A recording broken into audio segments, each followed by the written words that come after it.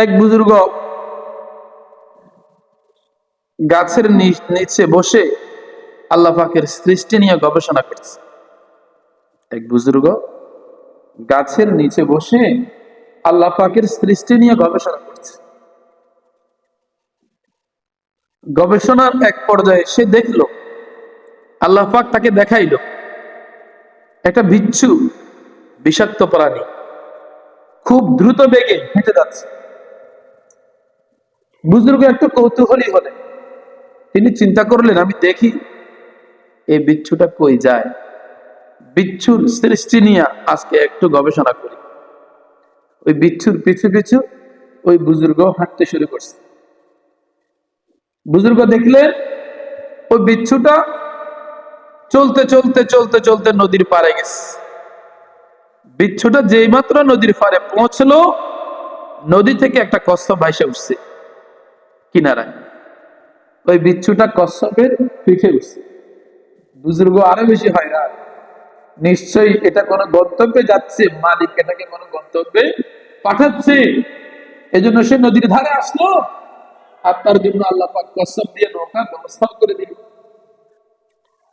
বিচ্ছু যখন কচ্ছপের পিঠে উঠছে, কচ্ছপটা এবার চলতে শুরু করছে। বুজুর্গ আরো বেশি কৌতূহলী হয়ে গেলেন। বুজুর্গ একটা নৌকা ভাড়া করলেন, দেখি কচ্ছপ যায় কি। এখন কচ্ছপের পিছে পিছে নৌকাও যায়। বুজুর্গ দেখেন কচ্ছপটা যেতে যেতে নদীর ওই পারে গেছে।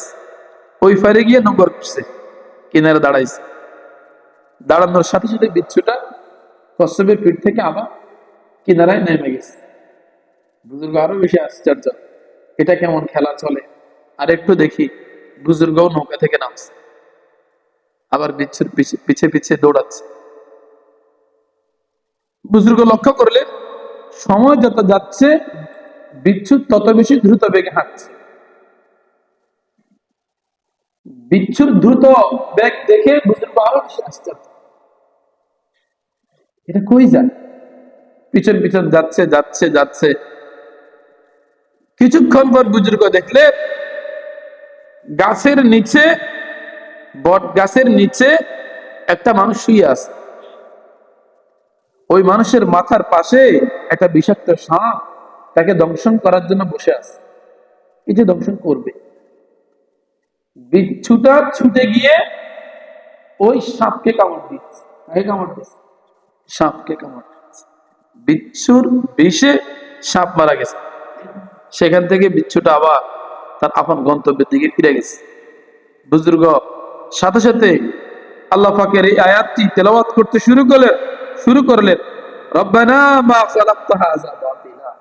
ও আমার রব, আপনি তো অনর্থক কোনো কিছুই সৃষ্টি করেন নাই, একটা বিচ্ছু সৃষ্টি করেছেন মানব সেবার জন্য। সুবহানাল্লাহ।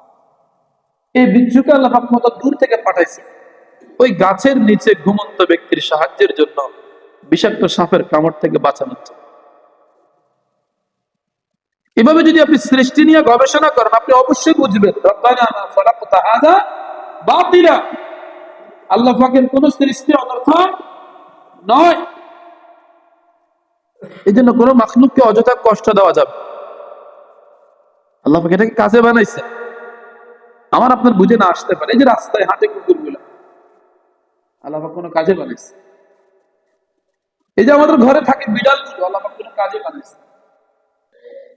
এই যে কিছুদিন আগে ফেসবুকে অনেকে দেখছে একটা বিড়ালকে খাঁচায় বন্দি করে আগুনে জ্বালিয়ে দিচ্ছে। এই ভিডিওটা অনেকে দেখছে, আমার চোখের সামনে আসছে, আমি সহ্য করতে পারি না, একটু দেখে সরাই দিচ্ছি। মানে খাঁচায় বন্দি করে বিড়ালটাকে আগুনে পুড়ে দিচ্ছে জীবন্ত, এটা আবার ভিডিও করে ফেসবুকে ছাড়ছে। মানুষ কতটা হিংস্র হয়ে গেল এই ধরনের কাজ করতে পারে। 3482 নং হাদিস, বুখারী শরীফ। আবু হুরায়রা রাদিয়াল্লাহু তাআলা আনহু বলেন قال رسول الله صلى الله عليه وسلم عذبت امرأة في هرة سجنتها حتى ماتت قد دخلت فيها النار وما هي أطعمتها ولا سقتها ولا تركتها حتى تأكل من خشاش الأرض। এটা নেককার মহিলা, এটা বিড়ালকে বেঁধে রেখেছে, নিজেও খানা পানি দেয় নাই এবং এটাকে ছেড়েও দেয় নাই যে এটা জমিনের কীটপতঙ্গ খাইতো। এই অবস্থায় বিড়ালটা মারা গেছে, শুধু এই জন্য আল্লাহ পাক একটা নেককার মহিলাকে জাহান্নাম দিয়ে দিয়েছে। সহিহ হাদিস। তাহলে এই যে আয়াত সূরা আলে ইমরানের 191 নং আয়াত, আল্লাহ পাক কি বলছে? ওমা খালাকতা হাযা বাতিলা। আল্লাহ পাক কোন সৃষ্টিকে অনর্থক সৃষ্টি করেন নাই।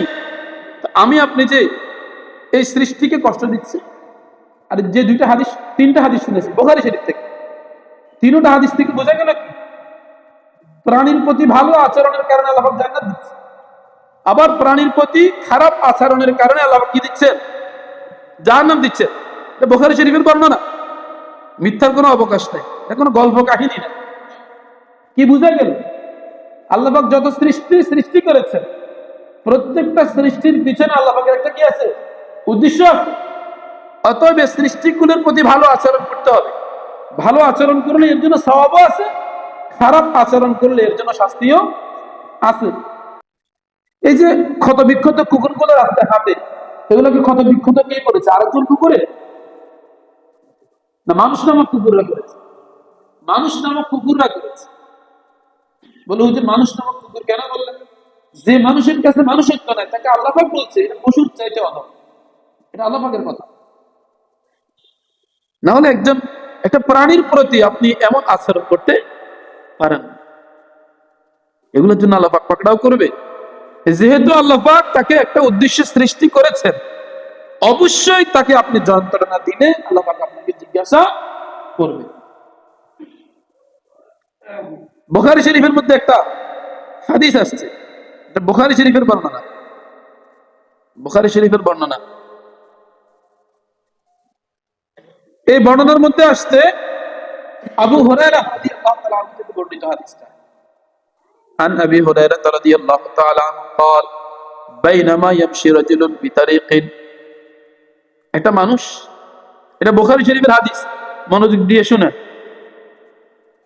আবু হুরায়রা রাদিয়াল্লাহু তাআলা আনহু বলেন রাসূলুল্লাহ সাল্লাল্লাহু আলাইহি ওয়াসাল্লাম ইরশাদ করেছেন, একটা মানুষ রাস্তা দিয়ে হেঁটে যাচ্ছে,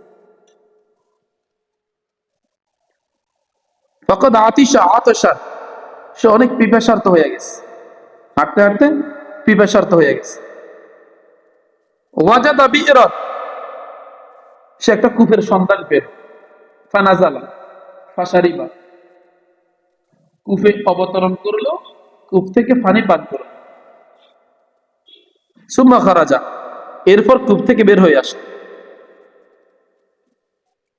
ফাইজান ইয়ানজুরু কালবান ইয়ালহাসু ইয়াকুলু সারা মিনাল আতাশ, সে কূপ থেকে বের হয়ে দেখলো একটা কুকুর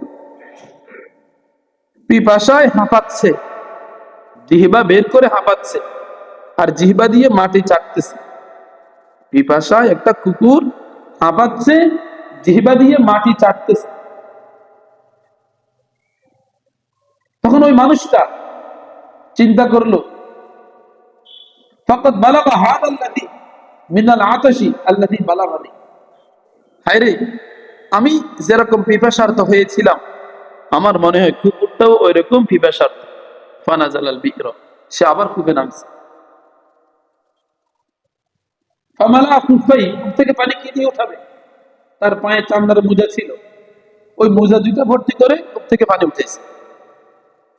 মোজা দুইটা ভর্তি করে কূপ থেকে কি উঠেছে? পানি উঠেছে। ওই পানি উঠিয়ে ওই কুকুরটাকে, পিপাসার্ত কুকুরটাকে পানি পান করেছে। নবীজি বলেন ফাগফারাল্লাহু লাহু, তার এই আমলের কারণে আল্লাহ পাক তাকে মাফ করে দিয়েছে। কুকুরকে পানি পান করানোর কারণে আল্লাহ পাক যদি একটা বান্দাকে ক্ষমা করে জান্নাত দিতে পারেন, কি বুঝা গেল? ওই কুকুরকে যে আপনি কষ্ট দিচ্ছেন, এটার জন্য আল্লাহ পাক পাকড়াও করবেন না? করবেন। অন্য বর্ণনায় আসছে একজন বেবি চারণী মহিলা, এগুলো সহিহ হাদিস, কোন বানানো গল্প না। একটা বেবি চারণী মহিলা এই পিপাসার্ত কুকুরকে পানি পান করানোর কারণে আল্লাহ পাক তার জিন্দেগীর সমস্ত গুনাহ মাফ করে দিয়েছে। কুকুর মানুষকে পান করান না, একটা কুকুরকে পানি পান করেছে একজন বেবি চারণী। বেবি চারণী আল্লাহ পাকের কাছে কতটা ঘৃণিত জানেন? বেবিচার করলে পরে শরীয়তের আইন কি? কোন মেয়ে যদি বেবিচার করে শরীয়তের আইন কি? বিবাহিত হলে অর্ধেক মাটিতে গেড়ে পাথর মেরে মেরে ফেলো। এমন অপরাধী, কিন্তু কুকুরকে পানি পান করানোর কারণে আল্লাহ পাক তাকে মাফ করে দিচ্ছেন। সুবহান। তাহলে কি বুঝলেন? এটাকে কি আল্লাহ পাক অনর্থক বানাইছে? অনর্থক বানাইছে?